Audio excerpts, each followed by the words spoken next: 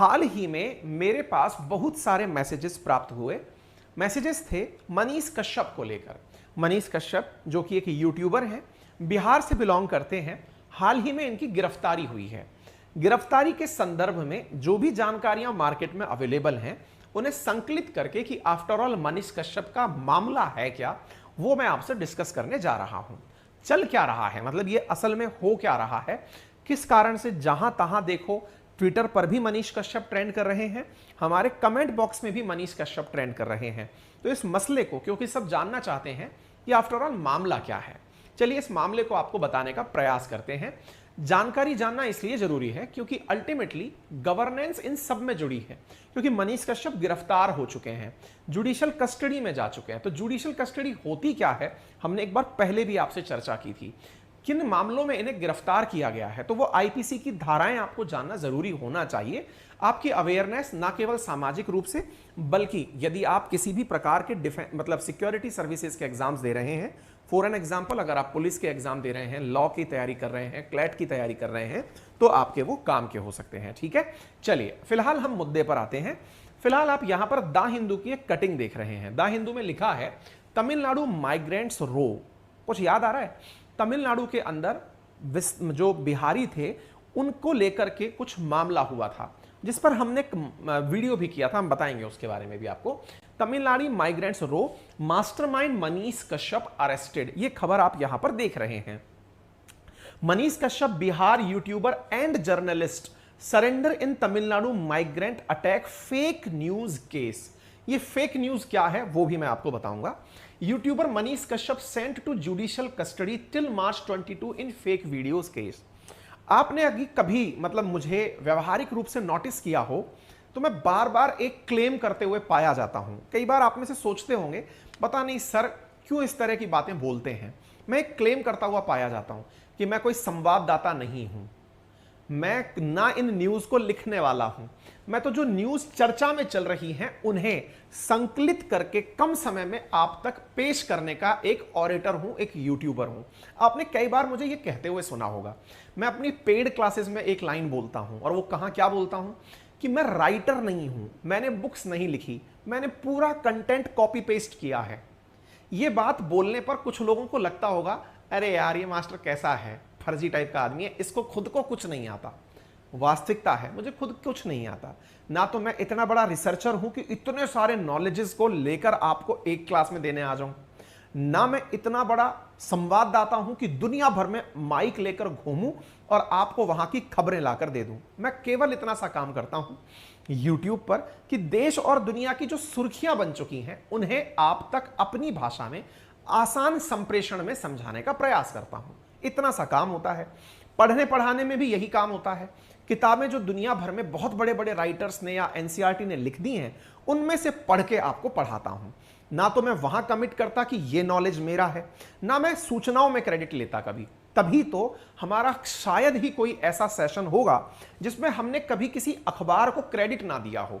हम अपने पहले ही न्यूज के सेशन की शुरुआत में ही बताने का प्रयास करते हैं कि इस खबर में यहां इस अखबार में यह जानकारी लिखी है। कारण है जिस क्षेत्र में आप नहीं हैं उसके बारे में आप नहीं जानते। कुछ मनीष कश्यप मामले में भी ऐसा ही बताया जा रहा है। क्या बताया जा रहा है?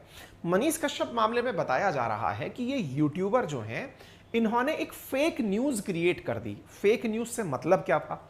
विचार करिए कि मैं आप तक कोई घटना सुनाऊं और घटना सुनाते समय यह कह दूं कि ये मैं लाइव यहां से आपको दे रहा हूं।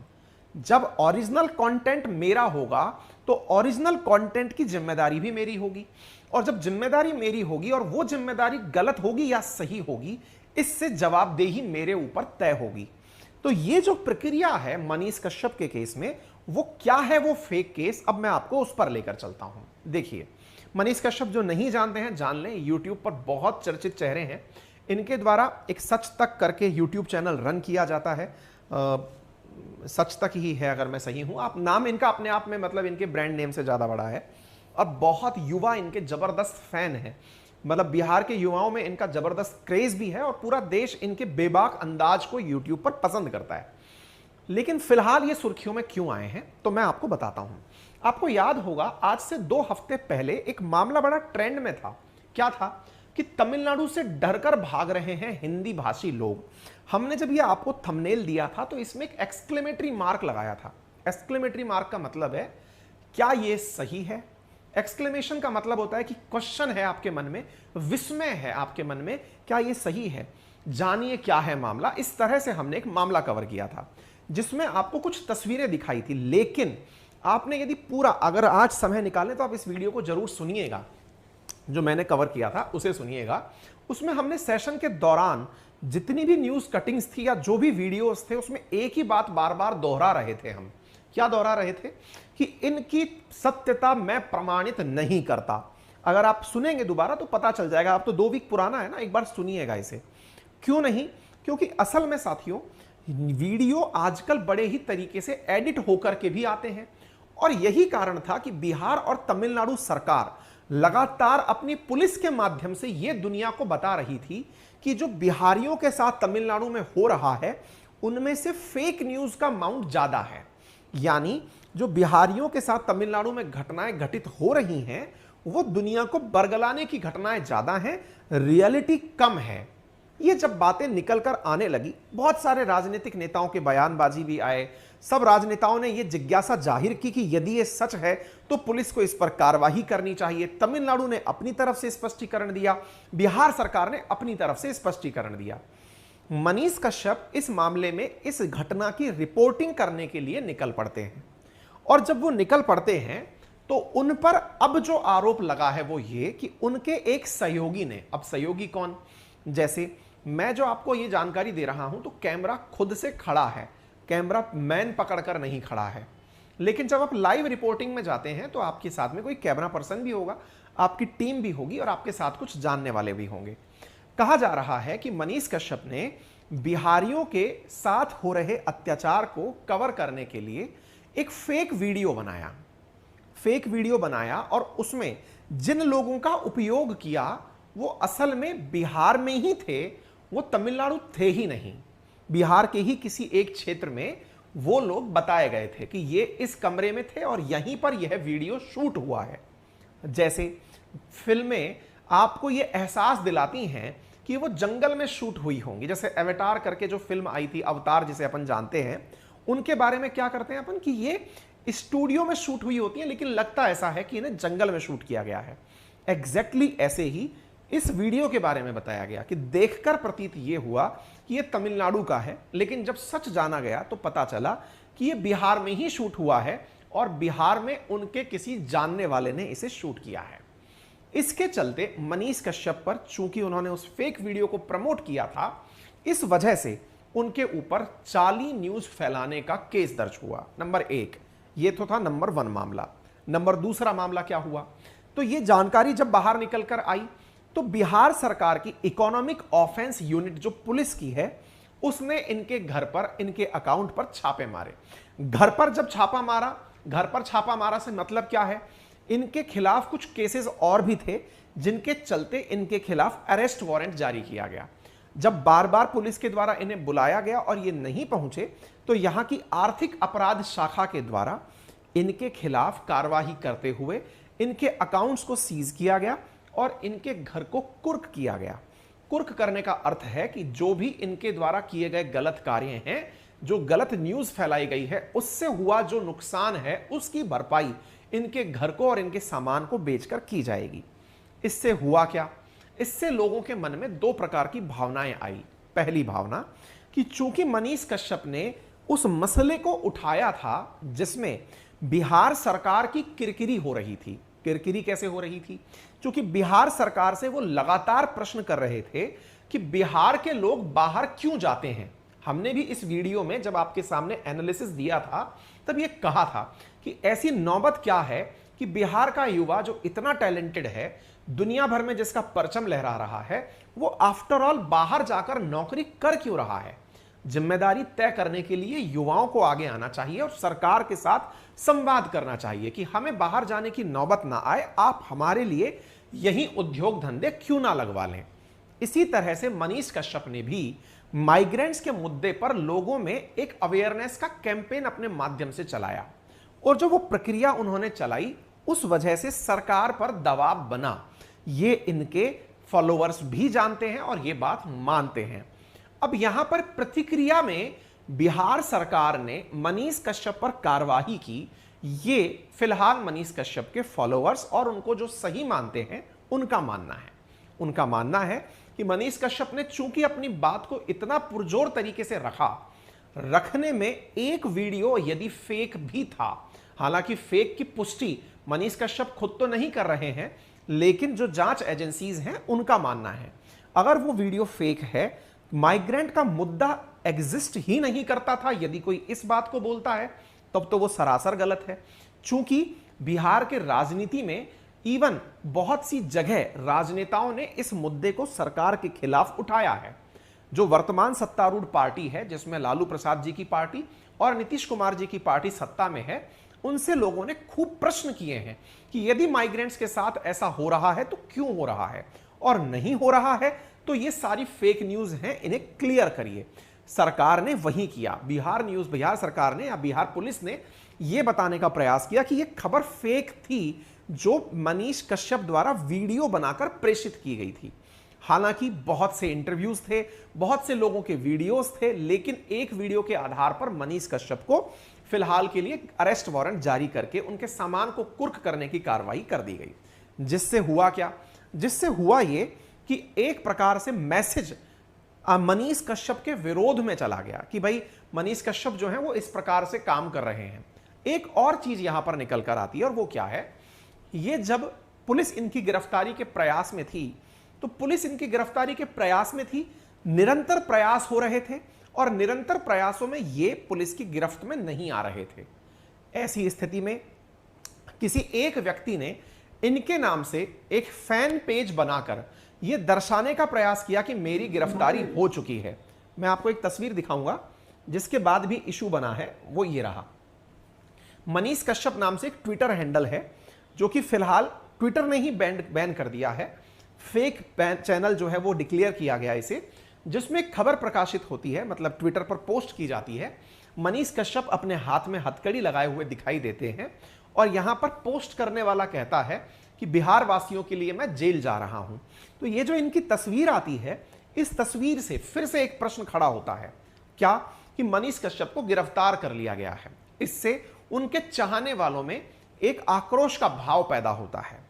आक्रोश का भाव पैदा होता है, पब्लिक सेंटिमेंट प्रवाहित होते हैं, ट्विटर पर मनीष कश्यप ट्रेंड करने लगता है, लेकिन वास्तविकता में तब तक इन्हें गिरफ्तार नहीं किया गया था।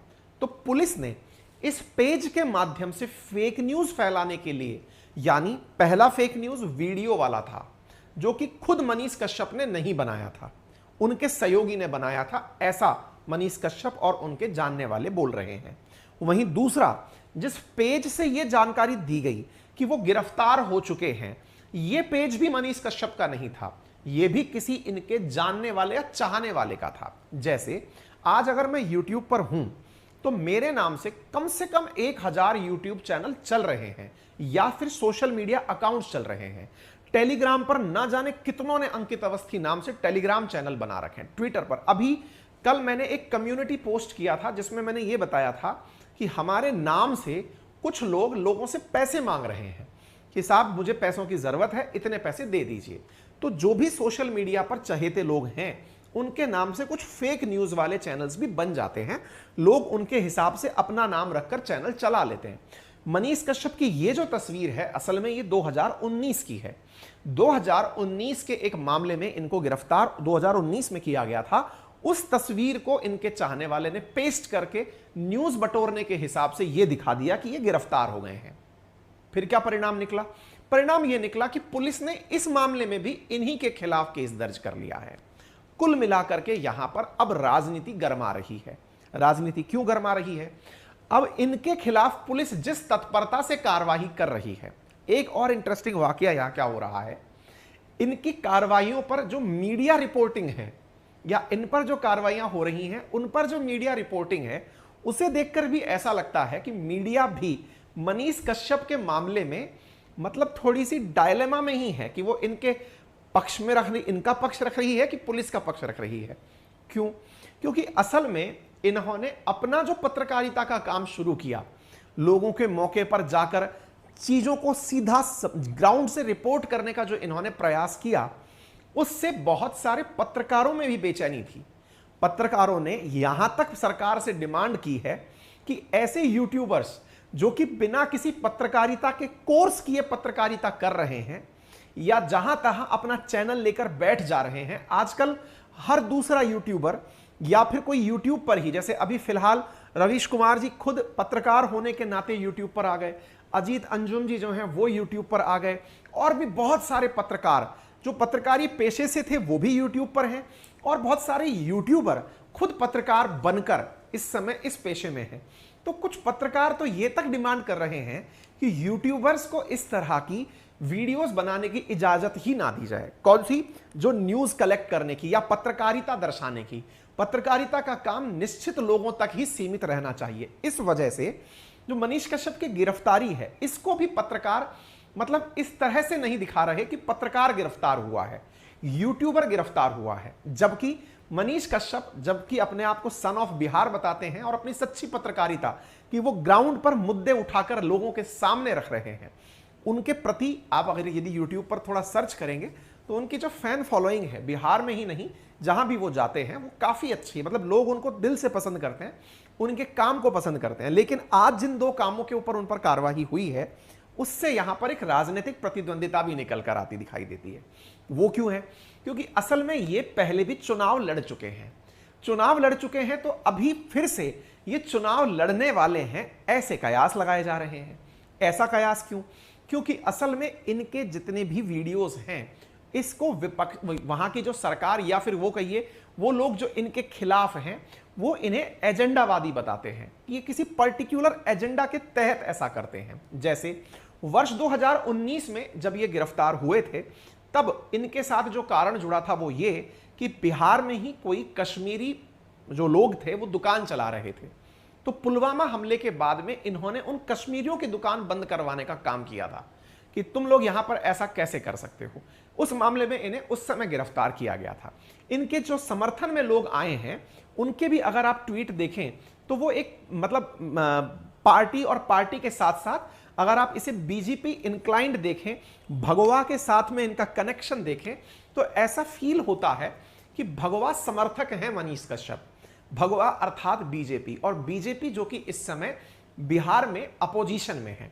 तो कुल मिलाकर बात यह है कि इनका काम सरकार से प्रश्न पूछना है। जैसे रवीश कुमार जी सरकार से जब प्रश्न पूछते हैं तो फील यह होता है कि वो कांग्रेस समर्थक हैं, क्योंकि यह माना जाता है जो प्रश्न करने की जिम्मेदारी है वो केवल अपोजिशन की है। ऐसी स्थिति में यदि कोई पत्रकार पूछता है तो पत्रकार को पार्टी से जोड़ दिया जाता है कि ये या तो बीजेपी के हैं या ये आम आदमी पार्टी के हैं। ठीक इसी प्रकार से मनीष कश्यप जब वहां पर प्रश्न पूछते हैं लोगों के साथ ग्राउंड रिपोर्टिंग करते हुए बिहार में, तो इनके केस में भी इन्हें इस तरह से जोड़ दिया जाता है कि ये किसी अपोजिशन पार्टी की तरफ से कार्य कर रहे हैं, सरकार को नीचा दिखाने का कार्य कर रहे हैं। इसी के चलते इन पर कार्रवाई हुई है, ऐसा इनके जानने वाले और चाहने वाले कहते हैं।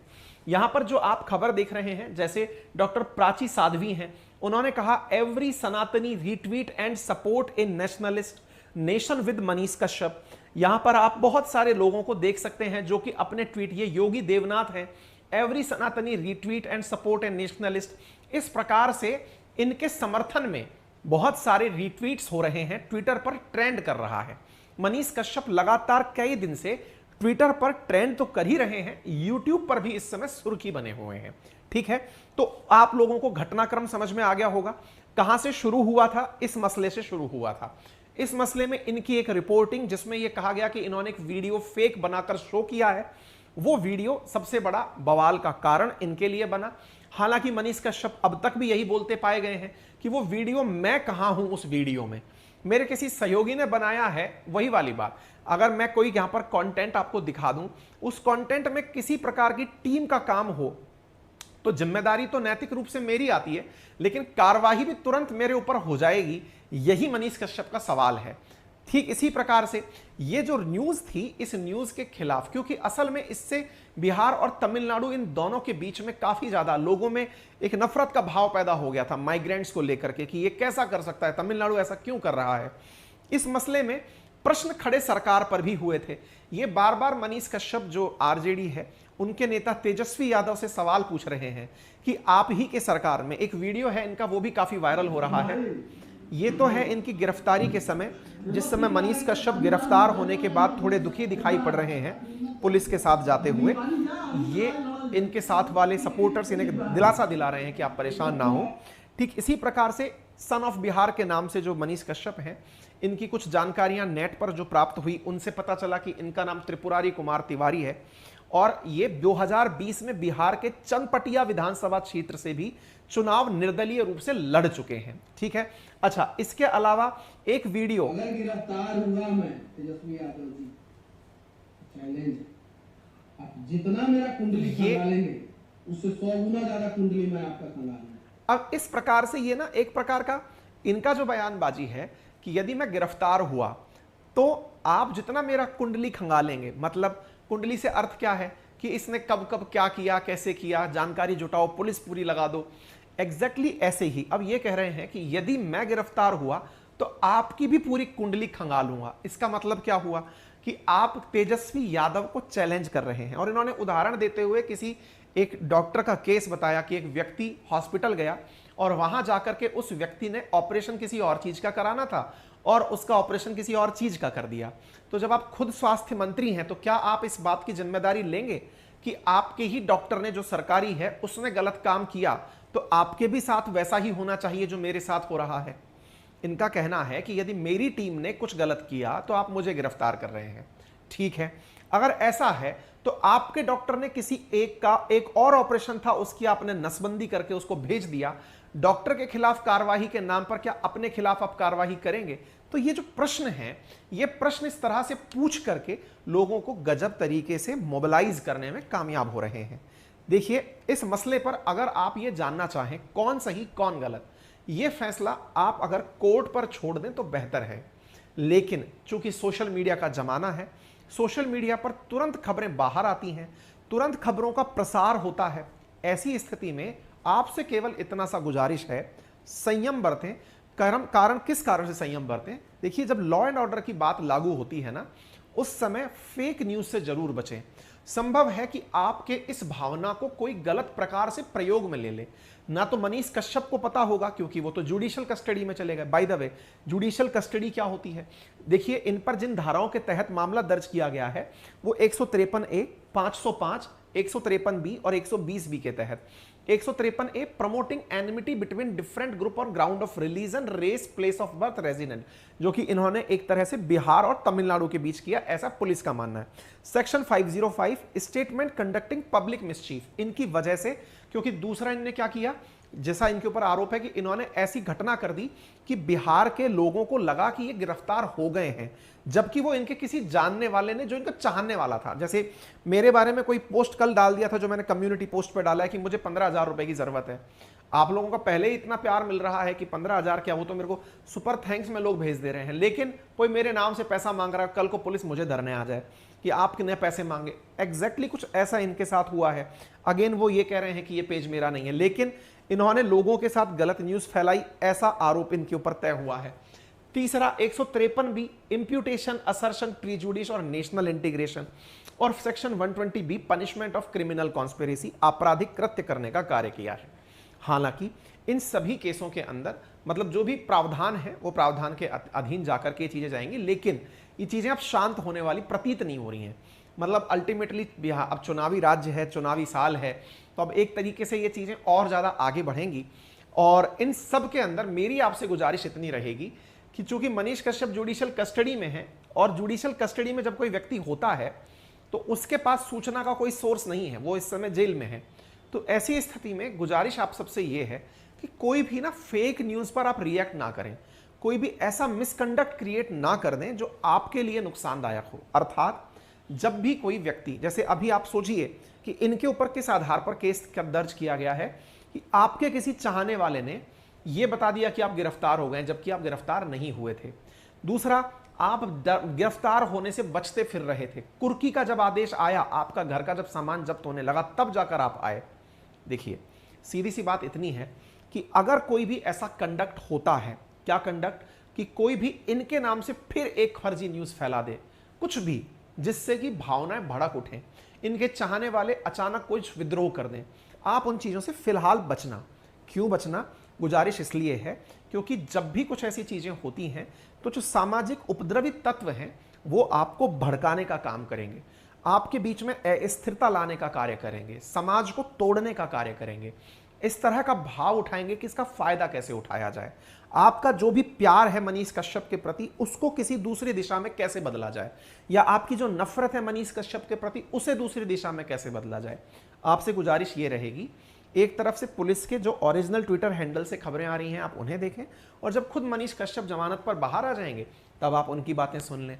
इस बीच में अगर कोई भी खबर कैसे भी बाहर आती है उस पर आप कोई प्रतिक्रिया ना दें। पता चले कि आपका भविष्य खामखा नप गया।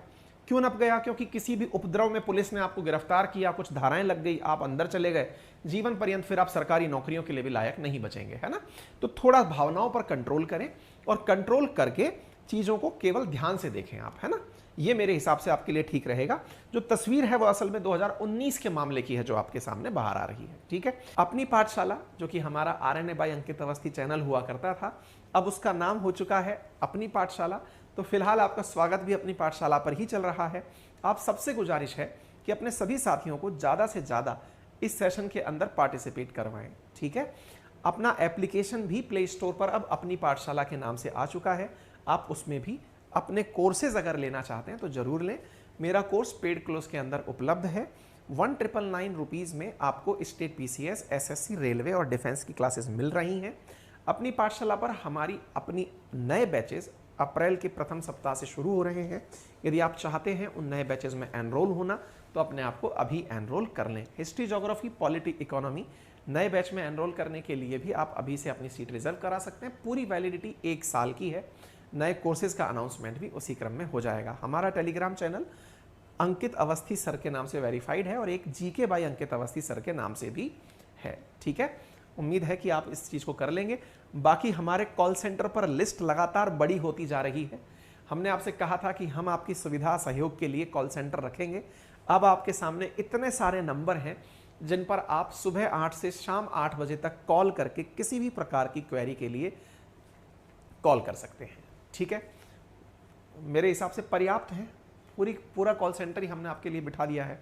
कोई भी डाउट आए तो आप प्लीज़ यहाँ पर डिस्कस कर लें कोर्स से संबंधित। Thank you so much. अपना ख्याल रखें, बड़ों का सम्मान करें, छोटों को प्यार दें, अपना व्यक्तित्व इस प्रकार से विकसित करें कि महिलाएं आपके साथ सुरक्षित और सम्मानित महसूस करें। धन्यवाद।